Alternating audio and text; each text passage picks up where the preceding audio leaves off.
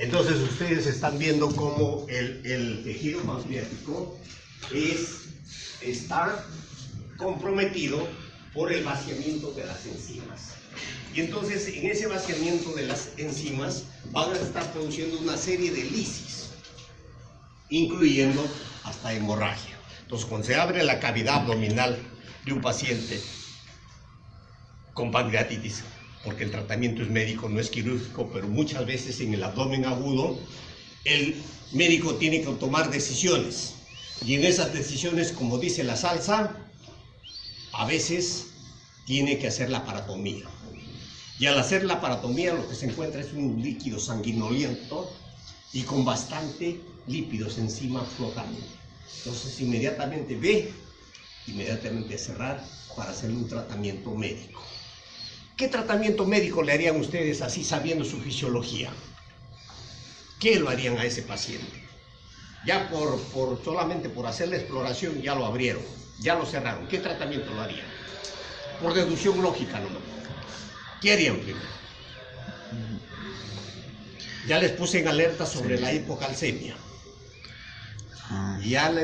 ¿Qué lo harían ustedes ahí? Aunque sea tratamiento mágico religioso, pero hagan algo siquiera, pues ya muchachos. ¿Ah? Lo primero que hacen, llaman a un médico. Listo. Continúe presentándole, doctor. Le digo que reza. Presénteles ahí. Preséntele, doctor. Bueno, en la imagen lo que estamos viendo es abundante hemorragia y además un material de aspecto necrótico, ¿no? No se puede reconocer las estructuras. Un material necrótico amorfo, pálido, que sería la saponificación, ¿no? No se conserva acá por acá, todavía existe tejido adiposo, no se puede distinguir hemorragia.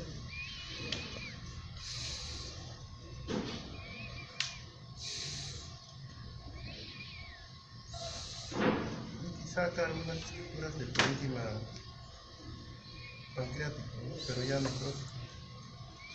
Entonces en este paciente lo que se hace es evitar la estimulación para que el páncreas siga funcionando. Ahí prácticamente está destruido, pero muchas veces es en zonas solamente. ¿Cómo se evita eso? Teniéndolo al paciente en nada por vía oral. ¿Ya? Ponerle sonda para que el estómago esté vacío, ponerle su proceso de hidratación parenteral con su suero endovenoso, ¿ya? Y siempre midiendo sus electrolitos, estar atentos a los electrolitos, y de esos electrolitos al que estar atento es en el calcio. Entonces, ese problema del calcio puedes hacer un paro en diástole, y ese es un problema muy grave, ya que nos puede llevar a nuestro paciente. ¿Correcto? Entonces lo tenemos ahí y esperamos que la naturaleza vaya haciendo sus milagros, pero poniéndole todo de nuestra parte. Entonces, teniendo esos cuidados más paliativos y evitando que de alguna forma sean estimulados, porque ustedes han llevado la fisiología del aparato digestivo, cómo es que participan con el alimento, cómo es que hay enzimas que se van a estimular la presencia de mayor cantidad de vaciamiento enzimático, y eso hay que evitarlo. ¿Preguntas? En este caso, en la saponificación, doctor, también se podría observar esas áreas de calcificación, ¿no? Sí, esos precipitados azules principalmente parece que es la concentración del calcio que va a dar a ese nivel. Entonces, esos precipitados azules. Entonces son precipitados o concreciones, no tanto como para decir que son tipo hueso, sino que son precipitados de calcio. Y eso es lo que más hace peligrar. Así como en las neumonías, ¿con qué electrolito tienen que estar alertas ustedes? ¿Con qué electrolito? Porque les puede dar también otro paro otro paro cardíaco por problemas de neumonía. Porque en caso de neumonía, vamos a pasar a la otra lámina, en caso de neumonía, lo que más va a ingresar a sangre es cantidades comerciales como para exportación de potasio. Y cuando hay mucha hiperpotasemia, ¿qué puede parar? El corazón. ¿Ya? Y en este caso hay que ver en qué va a ser, en sístole o en diástole. ¿Ya? Bien. Pasamos a la otra, por favor, doctor. Entonces, si hablamos de esteatosis hepática, ¿de qué órgano hablaremos?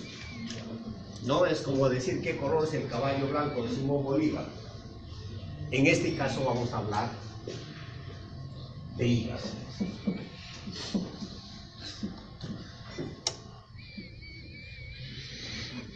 ¿Cuándo se produce esteatosis hepática?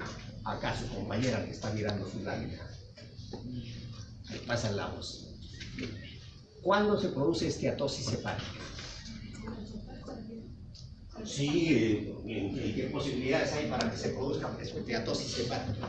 Acérquenles, doctor.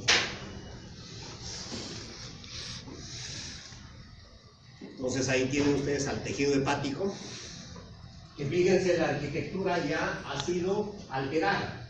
Ya no es una histología que conocen ustedes bien del hígado. Entonces ya vamos a ver que hay una serie de cambios. Y ojalá lo podamos ver a mayor aumento. A este aumento ya podemos reconocer las estructuras principales del parénquima hepático, ¿no? Vemos un espacio porta y posiblemente sea una vénula hepática terminal y acá hay otra, ¿no? Entonces, y el resto del tejido es el parénquima, ¿no? Los acinos hepáticos. Entonces, hay que reconocerlo, las estructuras principales. El espacio porta tiene ahí una arteria, la vena que estaría un poco dilatado, el aspecto lacunar se ve ahí, y un conducto biliar, ¿no? En la parte inferior, un poco a la derecha. Y hay cierto infiltrado inflamatorio en el espacio porta, podría ser de leve a moderado. Puede haber lo que llaman actividad de interfase, ¿no? Estar comprometiendo la primera hilera de los hepatocitos. El límite entre el espacio porta y los hepatocitos hay una primera hilera. Entonces ahí hay cierta destrucción de los hepatocitos y está infiltrando. Pues más o menos ya podemos decir que hay un infiltrado inflamatorio moderado con actividad de interfase, ¿no? Actividad de interfase, ¿no? Y a nivel, pasamos luego a describir la parte de los acinos. En este caso se ven hepatocitos con citoplasma claro. Entonces, a mayor aumento, vemos lo que nos comentó el doctor, ¿no? A gota gruesa o vacuolas grandes, ¿no? Que desplazan inclusive el núcleo, ¿no? Hacia la periferia. Entonces, la mayor parte de los hepatocitos acá tienen un citoplasma claro, o sea, hay una vesícula dentro con contenido de triglicéridos, los cuales lo han desplazado al núcleo hacia la periferia. Entonces decimos esteatosis de tipo macrovesicular, microvesicular, macrovesicular. Lo que predomina acá es de tipo macrovesicular. Puede haber de tipo microvesicular, son aquellos que se ven de aspecto espumoso,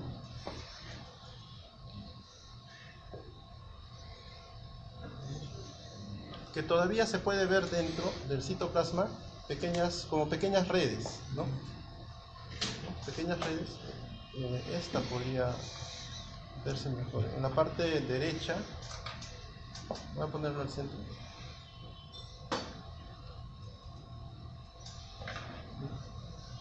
se podría ver todavía en el citoplasma pequeñas redes, ¿no?, de aspecto espumoso, ¿no? Esa apariencia espumosa nos indicaría que es de tipo microvesicular. Y entre un punto intermedio entre macrovesicular y microvesicular va a haber agota mediana o medio vesicular. Mencionan que la medio vesicular podría ser lo que posteriormente va a formar las vesículas grandes, ¿no?, macrovesicular. No lo observo por acá. Aquellas que no desplazan el núcleo todavía, pero sí se puede contabilizar dentro del citoplasma esas vesículas lipídicas. A diferencia de la esteatosis de tipo microvesicular, las pequeñas vesículas no se puede contabilizar, ¿no? Entonces, este tipo de esteatosis de tipo macrovesicular es frecuente en pacientes con hepatopatía alcohólica, intoxicación por paracetamol, ¿no? Y como dijo el profesor, es de tipo reversible. Entonces, es una de las formas cómo se inicia la hepatopatía o el hígado graso, ¿no? Esto posteriormente va a progresar a una esteatohepatitis. Entonces, ¿cómo diferencio una esteatohepatitis de una esteatosis hepática? La esteatohepatitis es el punto intermedio ya entre una esteatosis y una cirrosis hepática, ¿no? Entonces acá no vemos bandas de fibrosis, septos fibrosos aún, ¿no?, para pensar en la presencia de fibrosis.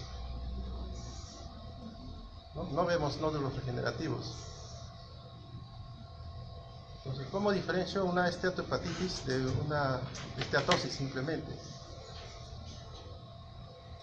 Hay tres criterios principales. La degeneración balonizante no debe haber en una esteatosis hepática, ¿no?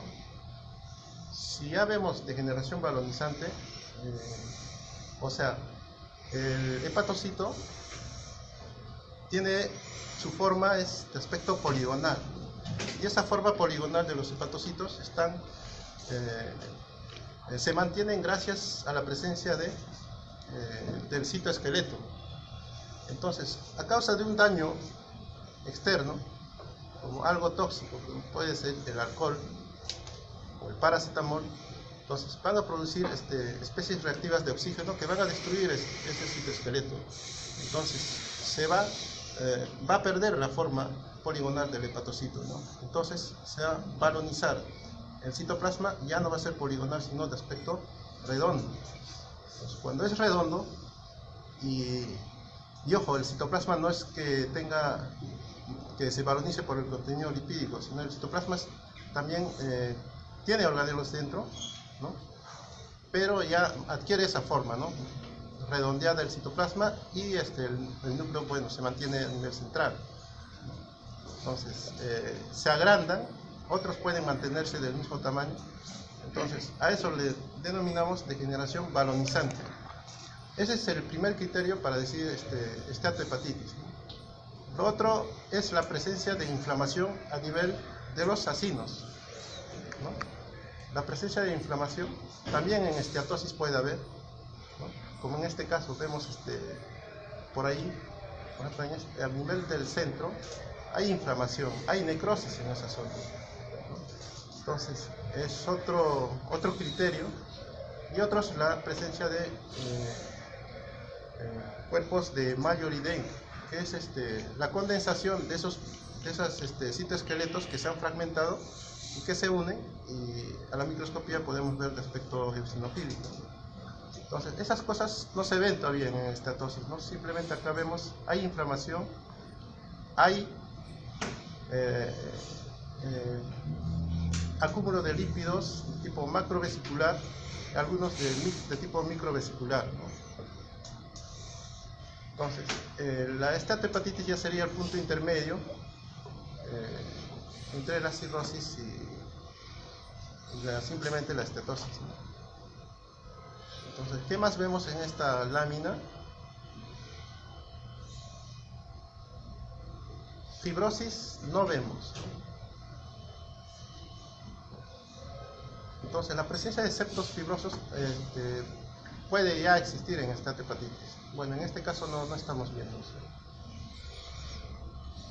ahí vénula hepática terminal se mantiene. Hay otra característica que puede acompañar en casos de esteatosis, que es la presencia de cierta colestasis puede haber, ¿no? Son hallazgos ya secundarios.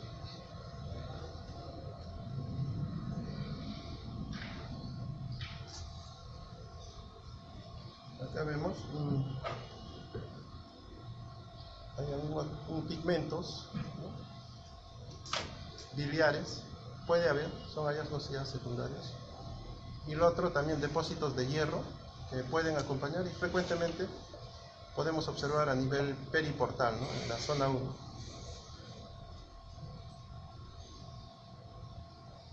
Que eso podríamos resaltarlo mejor con la tinción de Pers, ¿no?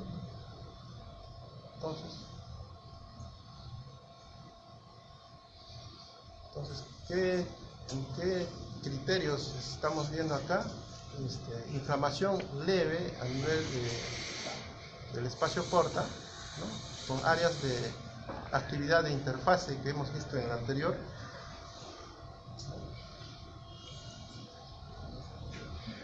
A nivel acinar, la esteatosis de tipo macrovesicular. Lo que predomina es macrovesicular, tiene también componente microvesicular. Inflamación a nivel acinar también, ¿no?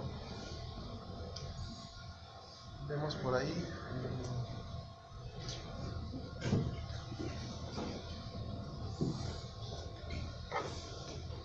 en algún punto lo mostré. Por acá hay cierta inflamación. Entonces puede haber focos. La presencia de estos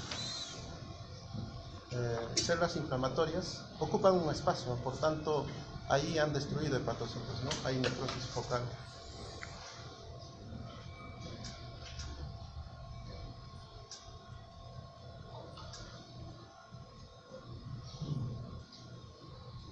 Y si es que veríamos por ahí balonización de los hepatocitos, ya diríamos que es una esteatohepatitis, ¿no? Entonces, el hecho que encontremos por ahí una balonización,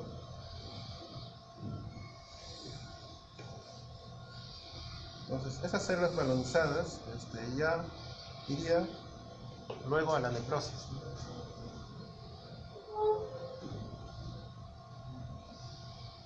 No llama mucho, sería buscarlo, ¿no? Como en este caso. Acá vemos cierta balonización.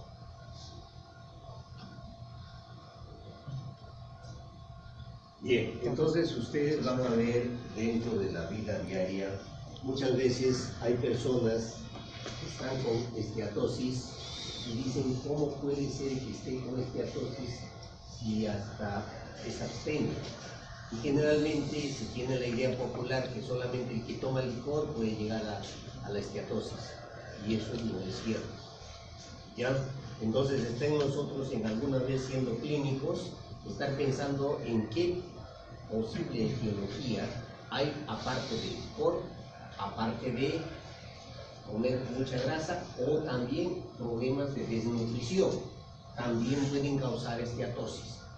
Dice, pero doctor, ¿cómo puedo yo estar, pero si soy de contra delgado, casi no como? ¿Cómo es que puedo estar con unos brazos si casi no lo veo a la grasa? Puede ser causa la desnutrición y esteatosis. ¿Ya? O también pueden ser problemas virales. Dentro de las hepatitis, ¿cuál será la que puede llevar rápido a la esteatosis y de ahí a la cirrosis y después todavía al carcinoma? ¿Cuál de las hepatitis será? ¿Ah? La A, la B, la C, la D, la E, ¿cuál de ellas? ¿Ah? Entonces eso también tienen que saberlo ustedes bien, ¿ya? Listo, ya están en patología, terminando ya patología, prácticamente ya se están recibiendo de patólogos, ¿ya? Listo. Entonces dentro de ellos también hay parásitos. Un parásito que podría ser, al menos si se van ustedes por Cajamarca, por Ancash, por todo eso, que puede ser que el paciente esté con su fasciola hepática, ¿ya? Y que haya procesos obstructivos a nivel vesicular y que haga todo un remanso del drenaje de las vías biliares y eso esté causando el problema, ¿ya? También puede ser que tenga cálculos y así vesicular que esté haciendo ese proceso obstructivo, que lo esté llevando a eso. Bien, entonces como ven la etiología es multifactorial, no solamente alcohol y comer mucho chicharrón. Nada más a veces en eso nomás nos fijamos y a veces siendo médicos estamos insistiendo en eso. ¿Pero usted toma alcohol? No. ¿Come chicharrón? No, entonces no tiene nada, está bien. No, así no es la vida. Pasemos al otro. De esto es importantísimo que ustedes sepan cómo es la irrigación del hígado, ¿ya? Cómo es la producción de la bilis, cómo circula la sangre y cómo circula la bilis, que son en sentidos opuestos. ¿Correcto? Eso, si no lo saben, revísenlo, ¿ya? La siguiente.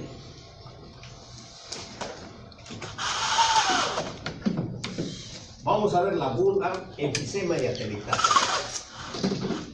Hay problemas de salud del paciente donde el paciente produce un problema de ingreso del aire y dificultad en la salida del aire.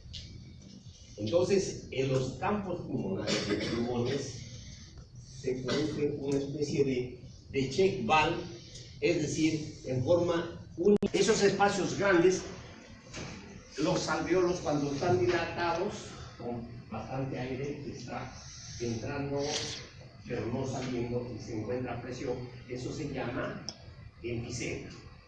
Y este enfisema, cuando es crónico, produce alteraciones. Cuando es niño y adolescente, ustedes van a encontrar distintas variaciones anatómicas a nivel del tórax.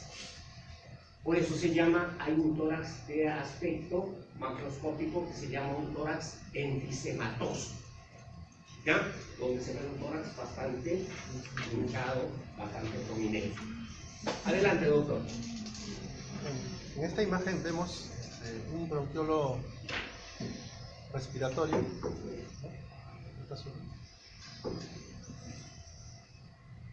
con algo de pigmento antracótico. No se deja ver bien. En su pared hay pigmento antracótico. Un bronquiolo respiratorio evidentemente está dilatado y periféricamente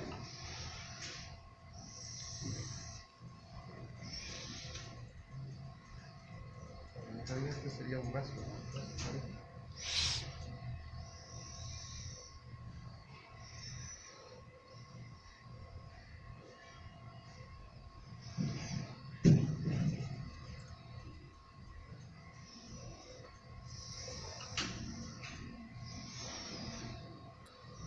Vemos epitelio, un epitelio púbico, ya transformándose a un epitelio plano, ¿no? Sería un bronquiolo respiratorio, ¿no? Que se continúa al bronquiolo terminal, ¿no? Que está acompañado, esta imagen es el bronquiolo respiratorio y acá es un vaso, ¿no? Y en la pared hay pigmento antracótico. Entonces el bronquiolo está dilatado y periféricamente a esto los alveolos también vemos los espacios alveolares dilatados, ¿no? ¿Por qué? Por la ruptura de los septos alveolares, ¿bien? Está rodeando al bronquiolo respiratorio y a su vaso, al vaso que lo acompaña, ¿no? La dilatación de los alveolos por la ruptura de los septos hay congestión, hay presencia de hematíes, hay congestión vascular y un material un poco eosinofílico claro en esos espacios dilatados, ¿no? Entonces, esto sería un enfisema centroacinar o centrolobuliano, ¿no? Que es periférico al bronquiolo respiratorio. Entonces, la dilatación de los espacios alveolares por esa ruptura de esos septos, decimos enfisema pulmonar, ¿no?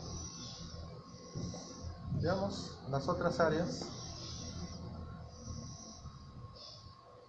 Hay otras áreas que están atelectásicos, ¿no? No hay espacios alveolares colapsados y parece que hay infiltrado inflamatorio ahí.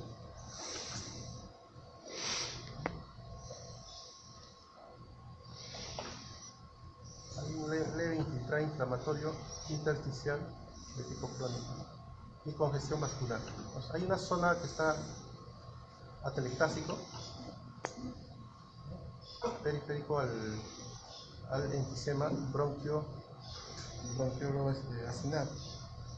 Y hay otra zona que vemos una dilatación quística grande, de aspecto quístico podríamos decir, ¿no? Grande. ¿Qué sería esa dilatación? Le escuchamos comentar al doctor. Está casi a nivel subpleural, podemos decir.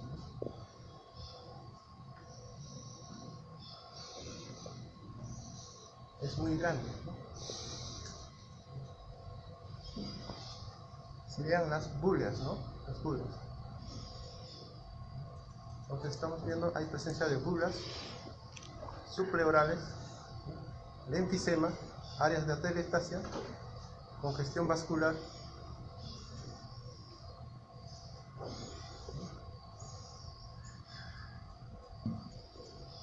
y presencia de pigmentos antracóticos, ¿no? Entonces acá, doctor, ¿alguna cosa a acotar? Bien, ustedes en este capítulo tienen el capítulo que se llama patología ambiental, ¿no? Si lo relacionamos esto a lo que es patología ambiental, muchas veces el doctor le está hablando de pigmentos antracóticos. Y en estos, ¿en dónde ocurrirá? Está ocurriendo en nosotros, ¿no? Por respirar el aire de Lima. Y estamos respirando bastante carbón. Y eso va a precipitar a nivel pulmonar. Y eso puede causar una serie de lesiones cuando ya les hice la clase de patología ambiental, donde hay una serie de elementos químicos que pueden causar este problema. También cuando hablamos en patología ambiental, en el caso de a nivel hepático, uno de ellos, el problema de la desnutrición que puede causar la esteatosis hepática. Y también lo relacionamos con los seres vivos, en este caso con la parasitosis que puede existir. Bien, ¿alguna pregunta respecto a estos problemas?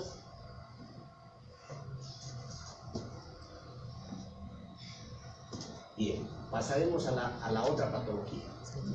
Doctor, antes de finalizar este tema, este tipo de enfisemas bronquiolo-acinares mencionan en la literatura que es más frecuente, el tabaquismo produce este tipo de patrón más frecuente, ¿no?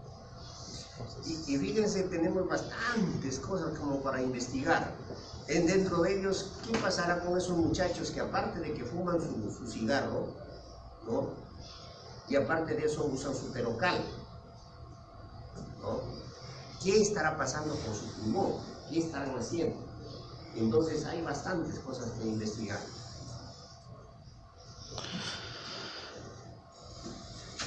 Entonces el pulmón del fumador y de repente fumador crónico. Y hay fumadores y fumadores que por un lado están con su inhalador, su salbutamol, y por otro lado están con su cigarro, una de cigarro y otra de salbutamol. Y lo hacen, ¿no? Inclusive pacientes que se les va a hacer trasplante hepático tomando por ella la botella y candidato al trasplante hepático. ¿Daremos el trasplante hepático? De repente va a ser en vano tanto esfuerzo, ¿no? ¿Pregunta respecto a esto? Pasamos a la siguiente. Bien, la otra lámina directamente nos hablan de atrofia muscular. Entonces acá en la bula estamos viendo en el órgano es el pulmón, ¿no? El tejido pulmonar. El pulmón. Y en el otro es el músculo. Causas de atrofia muscular. A ver, compañera. ¿Ah? ¿Se acuerdan de la enfermedad de Chagas? ¿A qué nivel actúa ese parásito? Lo van a ver que hace problemas a nivel esofágico y justo en la placa del músculo liso esofágico. A ver, veamos esto. En la imagen, ¿qué tipo de músculo estamos viendo? Estriado, liso. ¿Liso? ¿Y por qué digo que es músculo estriado?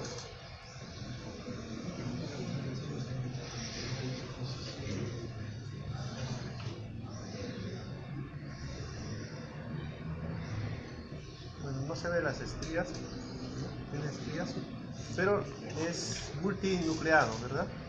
Y la disposición de los núcleos es periférico. ¿Vemos? Los núcleos son periféricos. Puede haber núcleos centrales, centralización del núcleo que se le llama, como vemos acá, en la parte central, que puede normalmente haber un 3% de toda la fibra muscular. Cada uno acá vemos que es fibra muscular, ¿no? Y entre ellos el tejido conectivo. Entonces, una de las características en la atrofia muscular es la disminución del tamaño de las fibras musculares. En algunos puede ser reemplazado por tejido fibroso. Y la otra característica, hasta la centralización de los núcleos puede verse hasta en un 10% de todas las fibras musculares, ¿no? Entonces, acá nos llama la atención, hay unas fibras musculares un poco más grandes y otros más pequeños, pero no es tan llamativo la atrofia, ¿no? Entonces vamos a buscar otros sitios.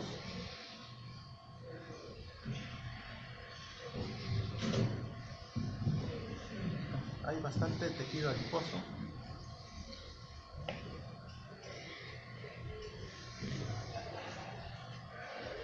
Vamos acá.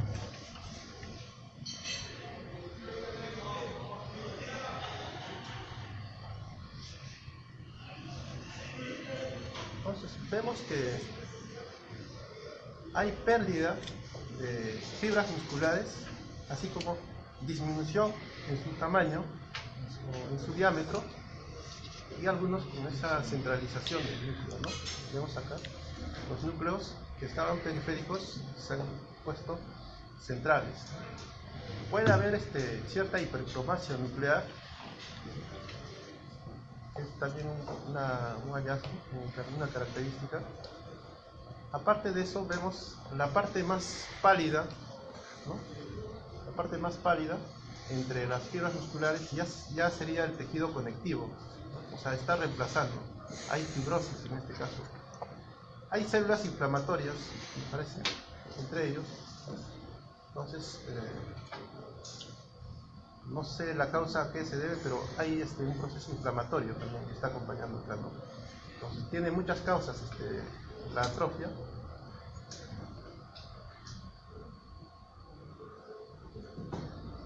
Hay presencia de células inflamatorias y está siendo reemplazado el tejido muscular, me parece acá, por tejido adiposo.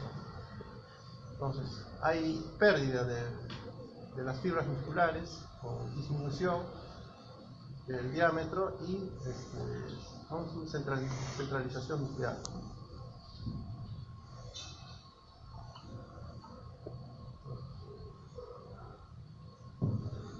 Puede haber áreas que puedan compensar eso y incrementar el diámetro de las fibras musculares, como acá, ¿no? Unas fibras un poco más grandes, o simplemente también podría ser los que todavía quedan aún, ¿no? Pero al costado vemos las fibras muy delgadas con la centralización nuclear, algunas un poco más eosinofílicos, más rosados, ¿no? Entonces vemos que este tejido muscular estriado está siendo reemplazado por tejido adiposo y tejido conectivo, tejido fibroso.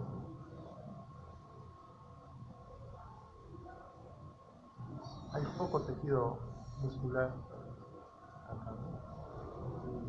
Entonces, estas serían las características que vamos a ver en las láminas.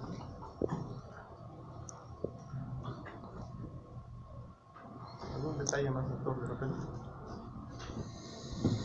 Yo creo que hasta ahí nomás. Si les da un tiempo, el problema es el tiempo, lo que menos tienen, ¿no?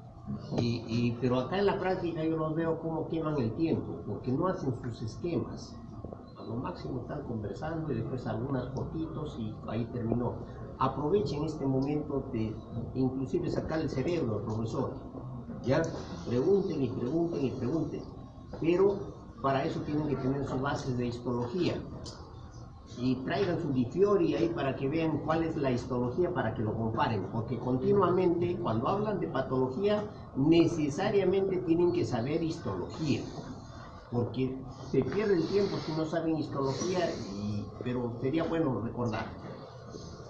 Revisen lo que es la poliomielitis para ver en qué parte de la placa mioneural es que se produce. Sabemos bien que es a nivel de médula, pero hay que ver que desde esa denervación cómo actúa a este nivel. ¿Correcto? Entonces, pónganse a hacer sus esquemas.